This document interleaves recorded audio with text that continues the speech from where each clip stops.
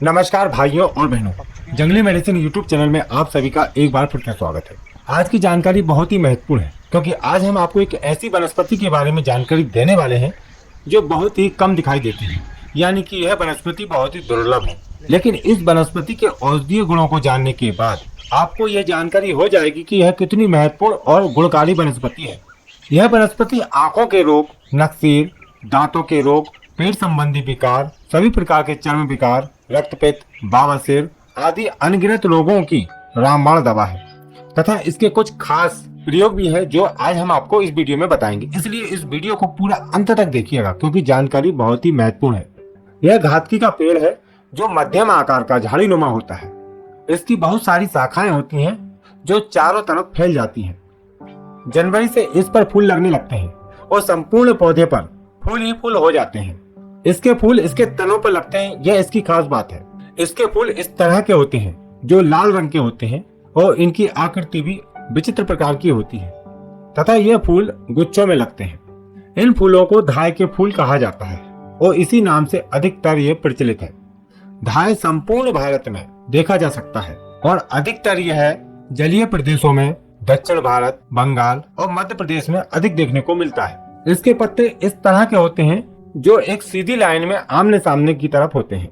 जनवरी से अप्रैल तक यह संपूर्ण पौधा फूलों से भर जाता है और इसके पत्ते झड़कर नए पत्ते आने लगते हैं। इसकी शाखाएं पतली पतली होती हैं और इस पौधे को पहचान पाना कोई मुश्किल काम नहीं है। जब आपको ये पौधा दिखेगा तो आप आसानी से इसको पहचान लेंगे। इस घातकी को अलग अलग नाम से जाना पहचाना जाता है अलग अलग क्षेत्रों में। इसके कुछ नाम हम आपको बता देते हैं जिससे आपको इसको पहचानने में और आसानी हो जाएगी। संस्कृत में इसको घातकी, धातु पुष्पी, ताम्र पुष्पी, हिंदी में घातकी, धाय फूल, धवई, धाई, धावा, उड़िया में जलीको, गुजराती में धावणी, कन्नड़ में घातकी, तमिल में धात्री, जगरी, तेलुगु में सेरिंगी, बंगाली में धाय फूल, मराठी में धात्री तथा इसको अंग्रेजी में रेड बेल बुल तथा इसका वानस्पतिक नाम है बुटफोर्डिया बूटिकोसा। हो सकता है आप इसे किसी और नाम से जानते हो, तो कमेंट के माध्यम से आप जरूर बताएं कि आप कौन से क्षेत्र में रहते हैं और उसको क्या नाम से जानते हैं। यह घातकी का संपूर्ण पौधा बहुत ही लाभकारी होता है। इसकी जड़, पत्ते, तना, छाल, फूल, फल आदि सभी का औषधीय प्रयोग किया जाता है और बहुत ही अच्छे परिणाम मिलते हैं। लेकिन अधिकतर लोग इसके फूलों को ही जानते हैं। आयुर्वेदिक ग्रंथों में घातकी का बहुत ही अधिक प्रशंसा की गई है और अधिकतर सभी प्रकार के आसाब, अरिष्ट, अर्क और रस आदि में घातकी के फूलों का प्रयोग किया जाता है। इसका एक मुख्य कारण यह है कि जिस आसाब अरिष्ट में इस घातकी के फूलों का प्रयोग किया जाता है वह लंबे समय तक सुरक्षित रहता है, यानी कि वह सालों तक खराब नहीं होता है। तो चलिए अब हम जानते हैं कि घातकी के औषधीय प्रयोग क्या है और उसको किस प्रकार से हम सामान्य जीवन में प्रयोग कर सकते हैं। ध्यान पूर्वक वीडियो को देखिएगा। आयुर्वेदिक मत अनुसार घातकी के फूल चरपरे, शीतल, कड़वे, मृदुता करने वाले, कसैले, हल्के तथा अतिसार, तृष्णा, रक्त विकार तथा विषर्प नाशक होते हैं। चलिए अब जानते हैं इसके कुछ औषधीय प्रयोग जिनकी मदद से आप विभिन्न रोगों को दूर कर पाएंगे। पेट संबंधी रोगों को दूर करने के लिए घातकी का बहुत ही अधिक प्रयोग किया जाता है।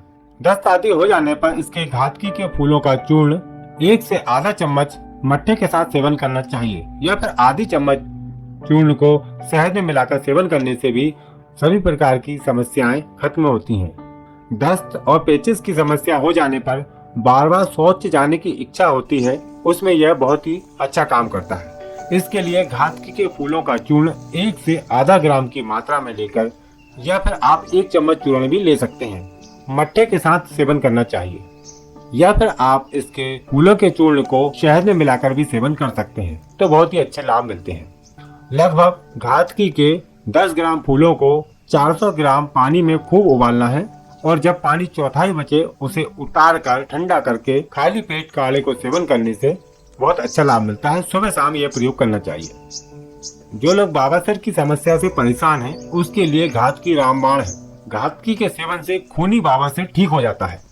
इसके लिए आपको सिर्फ इसके फूलों का शरबत बनाकर पीना चाहिए या फिर आप इसके फूलों का चूर्ण 1-1 चम्मच की मात्रा में शहद में मिलाकर सुबह शाम सेवन करें तो यह आपकी बवासीर की समस्या को खत्म करेगा और खून आना बंद हो जाएगा।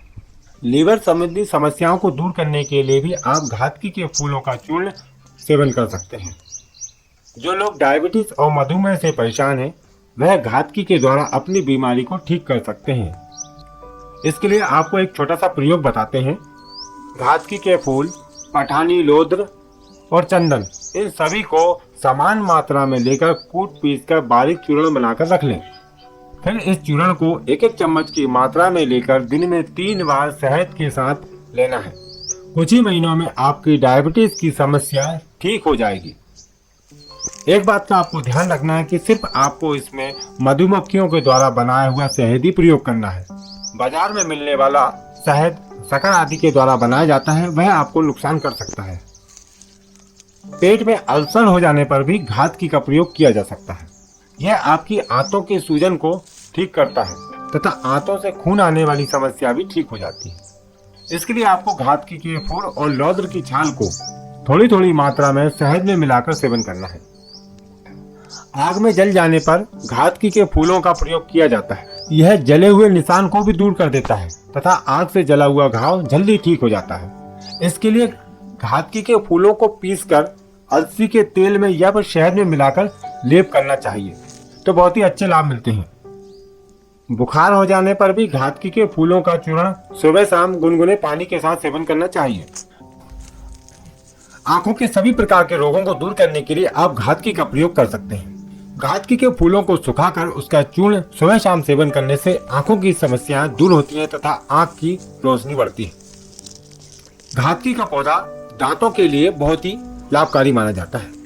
इसके फूल और पत्तों का काढ़ा बनाकर गंडूस करने से यानी कि कुल्ला करने से दांतों के रोग दूर होते हैं। दांतों का दर्द, मसूड़ों की सूजन आदि दूर हो जाती है। छोटे बच्चों के दांत निकलते समय काफी समस्याएं होती हैं। बच्चों को दस्त और मसूड़ों में दर्द भी होता है। उसके लिए बहुत ही अच्छा प्रयोग है और बिना नुकसानदायक है। इसके लिए आंवला, पीपली और घातकी के फूल तीनों को बराबर मात्रा में लेकर महीन चूर्ण बनाकर रख लें और आधा ग्राम या फिर थोड़ी सी कम ज्यादा मात्रा लेकर शहद में मिलाकर बच्चों के मसूड़ों पर मल दें। ऐसा करने से बच्चों के दांत जल्दी निकल आते हैं और होने वाली समस्याएं भी नहीं होती। यह पेस्ट बच्चे खा लेंगे तो कोई नुकसान नहीं है, बल्कि और फायदा ही होगा। इससे बच्चों का पाचन भी ठीक होगा तथा दांतों की समस्याएं भी नहीं होंगी।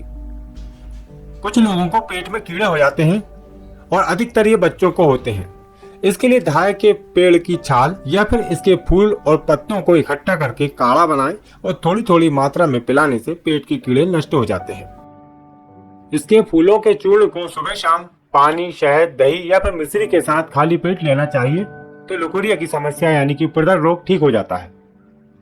वैसे तो घातकी के और भी काफी सारे औषधीय प्रयोग हैं जो समय समय पर हम आपको अवगत कराते रहेंगे। आज के लिए इतना ही। उम्मीद करते हैं आज की जानकारी आपके लिए लाभकारी रही होगी। इस वीडियो को लाइक करें, शेयर करें और हमारे चैनल को सब्सक्राइब करें। यदि आपके मन में किसी भी प्रकार का कोई सवाल या विचार है तो आप कमेंट के माध्यम से हमसे पूछ सकते हैं। फिर मिलेंगे आपको एक नई जानकारी के साथ एक नई वीडियो में। तब तक के लिए आप सभी को नमस्कार।